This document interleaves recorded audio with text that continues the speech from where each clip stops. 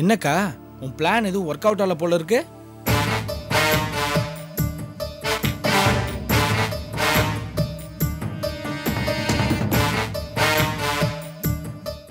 எனக்கும் வாழ்க்கை இல்லை, ரம்யாக்கும் கார்த்திக் கிடைக்கல.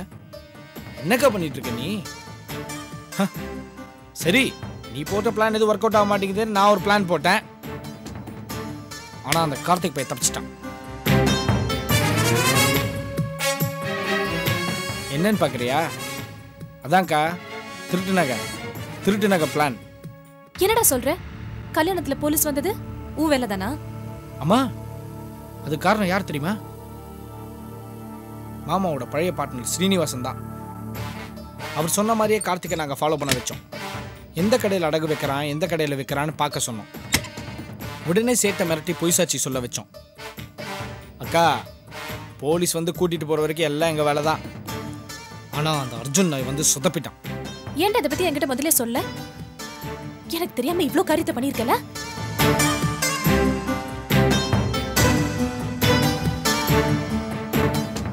ஏதோ என்னால முடிஞ்சது. போடா முட்டாள். ஆமா, கார்த்திக் நகை வச்ச விஷயம்லாம் உனக்கு எப்படா தெரியும்? நான் சொல்லி உங்ககிட்ட. ரம்யா தான் சொன்னா. ஏன் சொன்னது தப்பா? தப்புதான். யார் கேட்டு நீங்க 2 பேரும் இந்த காரியத்துல இருந்தீங்க? ஏங்க கோவப்படுற? நீ ஒரு பக்கம் அந்த குடும்பத்துக்கு தண்ணி காமிக்கிற. சரி, உனக்கு துணையா நாங்க ஏதோ வெட்டு வைக்கலான்னு பார்த்தா பாராட்டாம திட்டுறியே.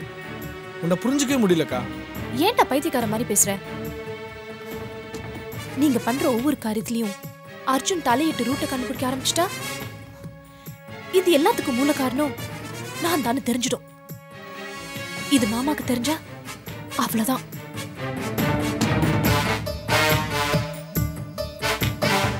என்ன பொறுத்த வரைக்கும் நான் எல்லா விஷயத்திலும் தலைமறைவாதான் இருப்பேன். என்னை வெளில காமிச்சுக்க மாட்டேன். அப்போ நாங்களும் எதுவும் பண்ணக்கூடாதுன்னு சொல்றியா? நான் அப்படி சொல்ல. நான் உங்களுக்கு பிளான் போட்டு தருவேன். நீங்க அதுபடி நடந்தா போதும். நீங்க என்ன மிஞ்சி எதுவும் பண்ணக்கூடாது. அப்படி பண்ணா அது நமக்கு தான் பாதகமா முடியும்.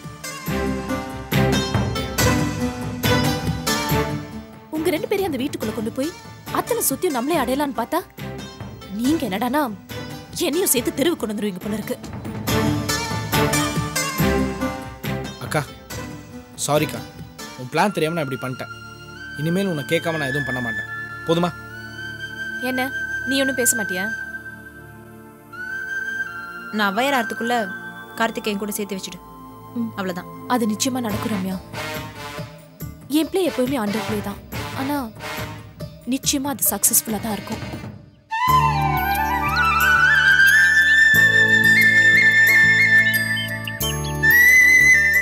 லக்ஷ்மி, எல்லாம் ரெடியா?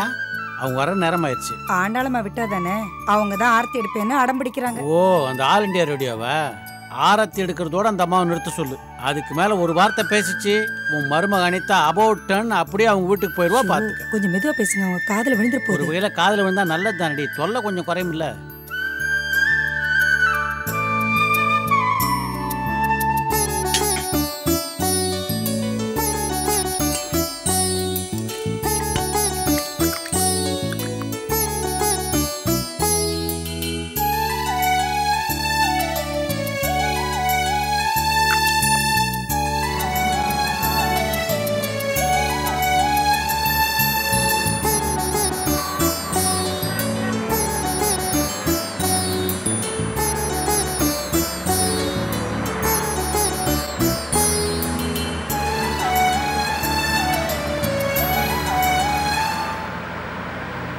என்னாச்சு?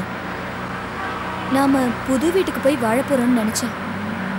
ஆனா இந்த அளவுக்கு இருக்கும்னு எதிர்பார்க்கல.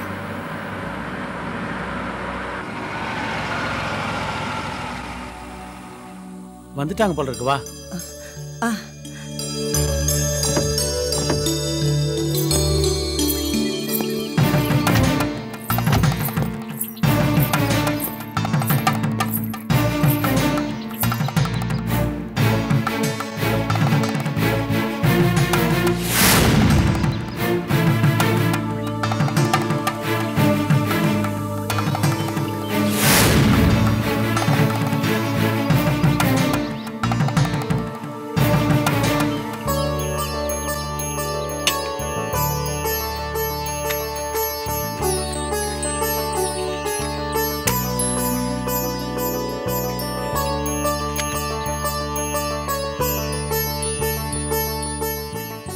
என்னம்மா அப்படி பார்க்குற? இது ஆண்டாளம்மா, நம்ம வீட்டில் தான் குடியிருக்காங்க. வாயாடிலாம் இல்லை, நல்ல இது வேறையா?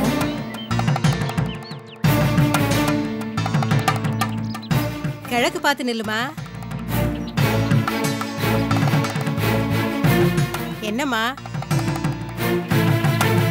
கிழக்கு எது மேற்கு எதுன்னு தெரியாதா?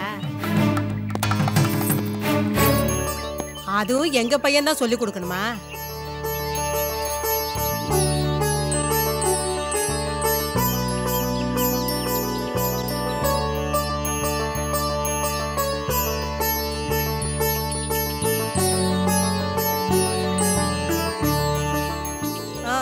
வலது காலை எடுத்து வச்சு உள்ள போ. வலது காலுன்னா தெரியுமில? போ, நான் ஆர்த்தியை கொட்டிட்டு வரேன். வாமா. வாமா அனிதா.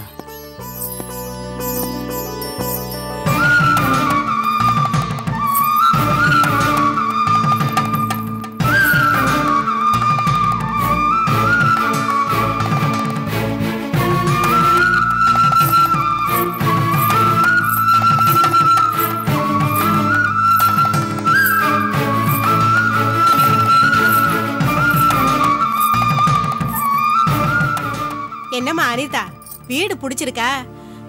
சொகுசா வசதியா வாழ்ந்த பொண்ணு. ஆண்டாளம்மா, வந்தது வராதுமா வேலையை ஆரம்பிச்சிட்டிங்களா?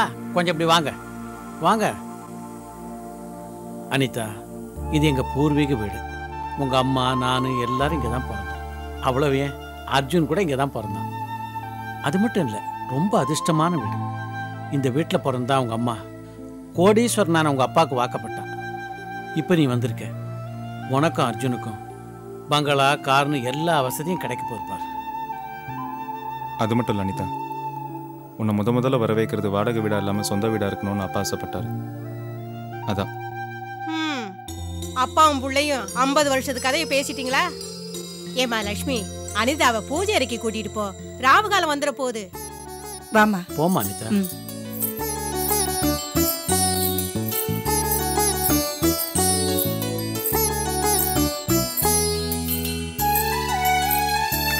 விளக்கேத்துமா.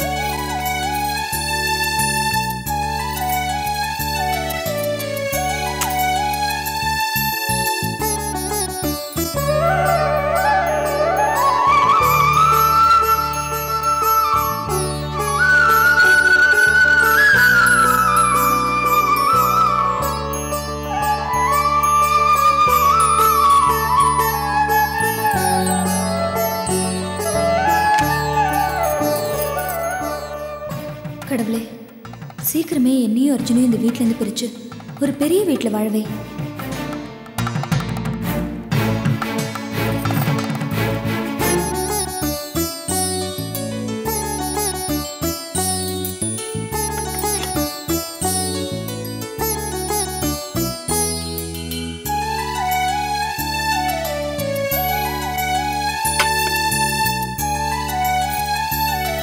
வாமா.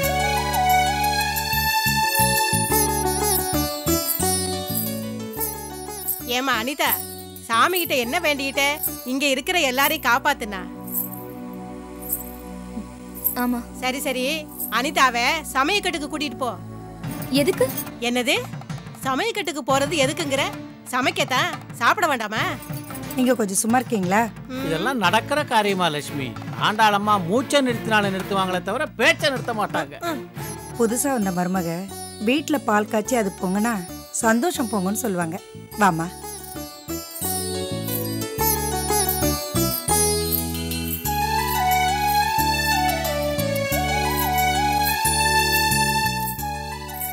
வாமா.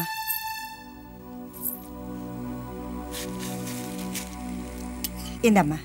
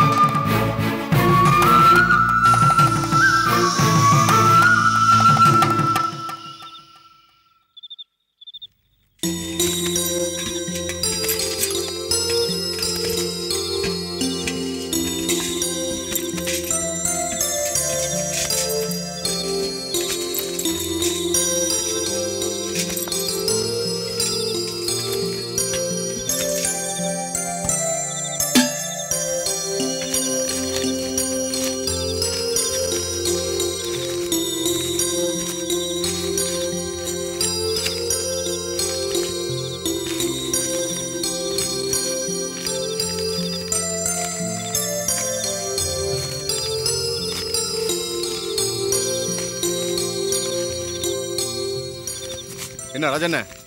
வா நாராயணா, உட்காரு உட்காரு.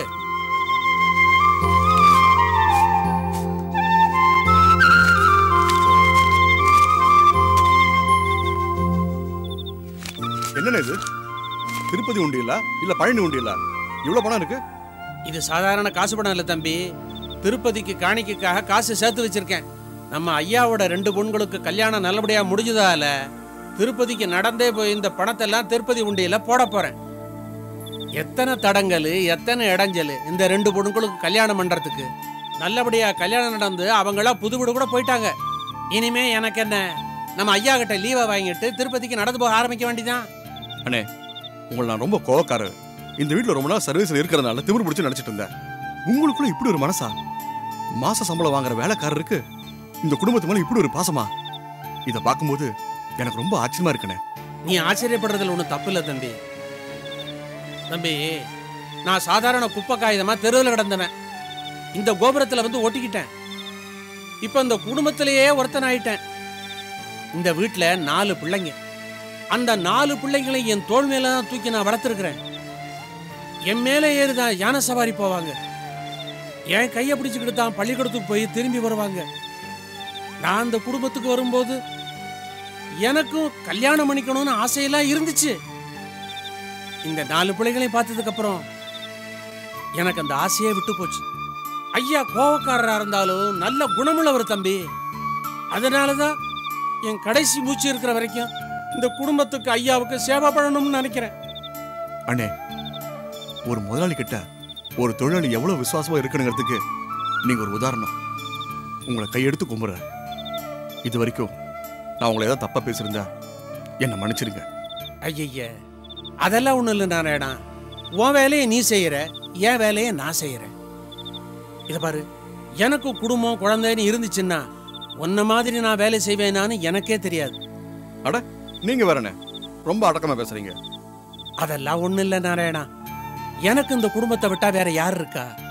நான் ஒதுங்குற நிழலே இந்த கோட்டை தானே.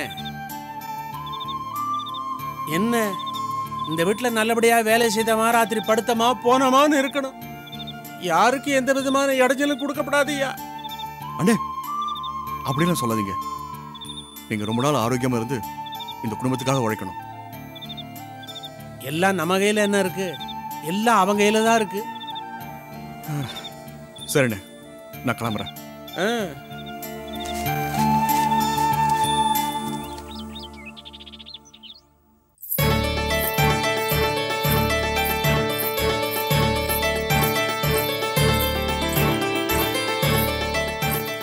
என்னங்க என்னங்க good morning. Hi Swathi, good morning. Coffee. Wow, காலையில சீக்கிரமா இருந்துச்சு. பெட் காஃபிலாம் போட்டு கொண்டு வந்திருக்கியா? தேங்க்யூ. ஸ்வாதி, முதல் ரவுண்டு ஒரு காஃபி சாப்பிட்டு ஒரு சின்ன தூக்கம் போட்டு அதுக்கப்புறம் ஒரு காஃபி சாப்பிட்டு அப்புறம் தான் நான் பெட்டை விட்டு வெளியில வருவேன். ஓகேயா? இன்னைக்கு ஓகே. ஆனா எப்பவுமே பிரஷ் பண்ணிட்டு காஃபி சாப்பிட்றதா நல்லது. ஓகேவா? நீ சொல்லிட்டல, அப்படியே பண்ணிடலாம். தேங்க்யூ.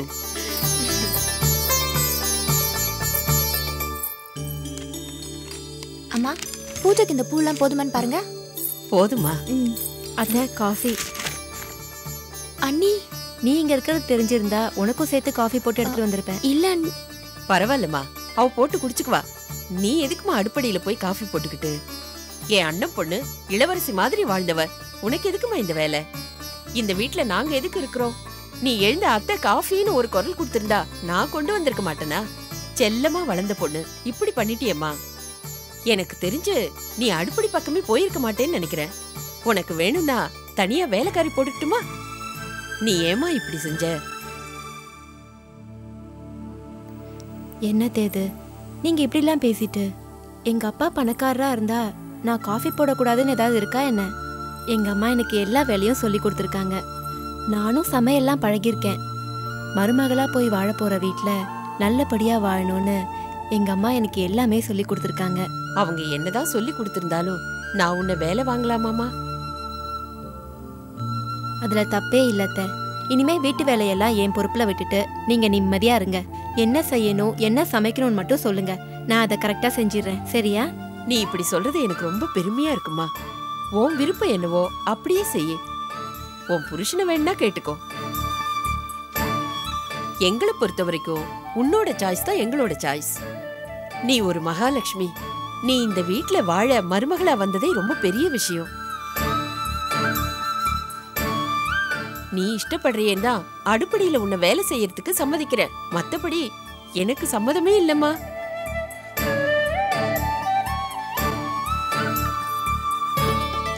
சரி அத்தை, நான் போய் டிஃபன் ரெடி பண்றேன். நீங்க குளிச்சுட்டு சாப்பிட வந்துருங்க. நீ வந்துரு அர்ச்சனா. சரி அண்ணி.